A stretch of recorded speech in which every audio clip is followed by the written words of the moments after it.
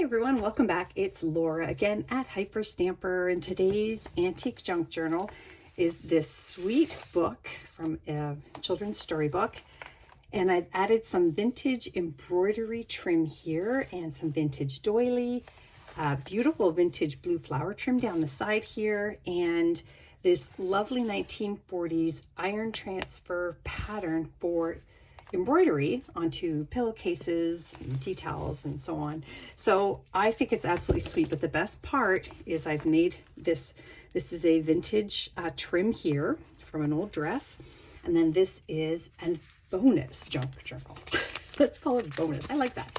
So every page has an upper pocket, and inside each pocket there is some treasures for journaling in, all kinds of antique and vintage papers throughout. Really cool. Isn't that neat? So just an extra little fun thing to tuck into the front. You can add your own things too. It's actually got quite a few pages in here.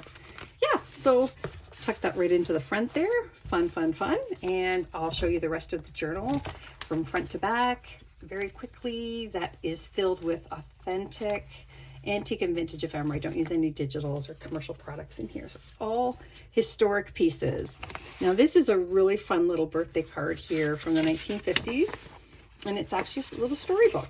So it has the original staple in there. It's from Carl. And if you wanted to take the staple out, you could certainly use it for journaling. Isn't that sweet? And I made this pocket out of a vintage cross stitch. It's really quite beautiful, the colors on that. And there's the original first book page of the book. Sorry about that. And this is, of course, a vintage book. And then here we go again.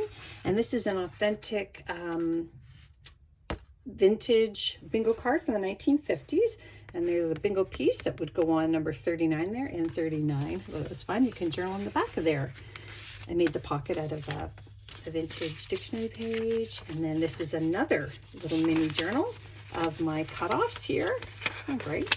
So lots and lots of, you will not run out of places to journal for a very long time in here. I love the original stamps in here, one from the bookstore and one from the library. And there's one cluster here. This is an original plate from the early 1900s, Gnome Land Express. I think that's kind of fun. Those are just some feathers that I have in my feather collection. Those are real as well. And a beautiful vintage botanical page, over 50 years old, that piece is. And this is from the 1950s, so 70 years old, this doily page. And then this here is from the 1940s, and this is from the 1930s, 1936 to be exact, October 25th and October 26th, and that is from the Paris, France Almanac. A very cool read if you put it into ChatGPT and have them translate it, or Google Translate. And here is two beautiful little pieces from Beatrix Potter. One is a storybook page and one is a double plate. Isn't that cool? And that was from the 1930s. I love them. They're very special. I get requested. People ask me if they can have extra of those often. If I have them, I will be happy to put one in. Isn't this cool? Look at this. A newspaper ad here, 1902. It's kind of cool. And then this is a vintage button card from Woolcrest.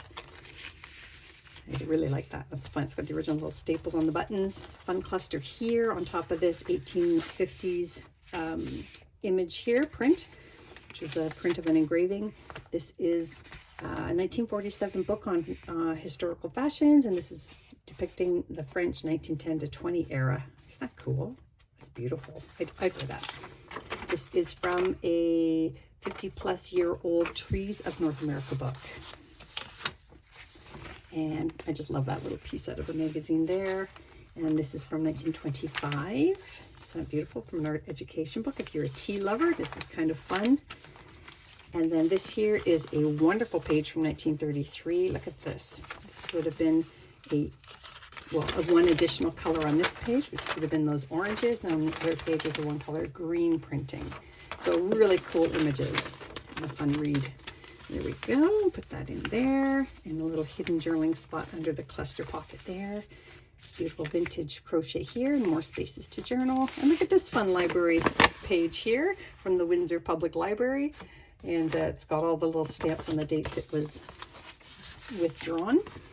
And then that's just another plate from the 1920s with some antique paper on the back to journal on. More vintage botanical pages and doily book pages, and another children's book page for journaling on the back of that as well from the 30s. This is just a great photograph from 1929. Look at this mother, it could be sisters or mother-daughter, I'm not sure. I wish I knew the history, but some people just get rid of photos, and so I never know who the people are. So it makes us stuff up. I love this price tag. It's very old, and it was on a book I had, which is, or a piece of not fabric but ribbon, a ribbon spool from an antique store when I was looking for books. And then this is a book cover that I turned into a journaling tag. Look how fun that is. There we go. And then this here is another great little place to journal. And on the flip side there, you've got a really fun little page from the 50s. My vintage book, a little elf there. And then another wonderful 1950s baby card. Look at this sweet one here. Isn't that lovely? How cute is that? Pretty little sentiment there from Nana. And you can open that up as well. Actually, if you open it up, you might lose this little bit of ribbon here. So you could cut this and then journal on part of it. Or the back. Or just leave it alone because it's beautiful. Look at that. A lifetime of happiness. Oh, so sweet. Just sweet, sweet, sweet. Another journaling tag here from a book cover. And this is very cool here. Just want to flip this open so you can see it. I put antique paper on the back, and then this came out of an antique book. I have no idea what it says. It's very cool. That's very cool. And this is, of course, Ways to Entertain. And that is from the 1930s. And then we have here, fun little antique book page, journaling card, and this also is from the 1800s, and it's a nice plate there. You can journal on the back up. I love this book page that I made into a pocket, Beginning the New Life, which is pretty much every day, right? This is from an antique book on birds of North America. That's one of the glossy title pages. That's a pressed flower that I made and put in there. This is from the 1920s. Just a vintage playing card here. A lot of people like to upcycle them and make really cool projects. 100-year-old banknote there. And that is from the early 1900s, that pocket page.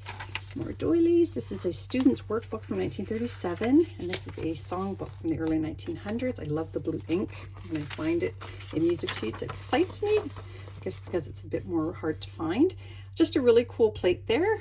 And you can do anything you like with that one. And made the pocket out of a vintage children's book page from the 40s. Look at a little kangaroo. And this is one of Stacy's Maple Grove dairy receipts. Thank you, Stacy. Another vintage ledger page. And look at this. Look at these albatross. Isn't that amazing? That's from the early 1900s as well. You can find all kinds of white space to journal on there. Vintage paper here and here. And that brings us to the end. So I hope you love it as much as I loved making this. You can find it at hyperstamper.etsy.com, and don't forget to subscribe. We'll see you soon. Bye for now.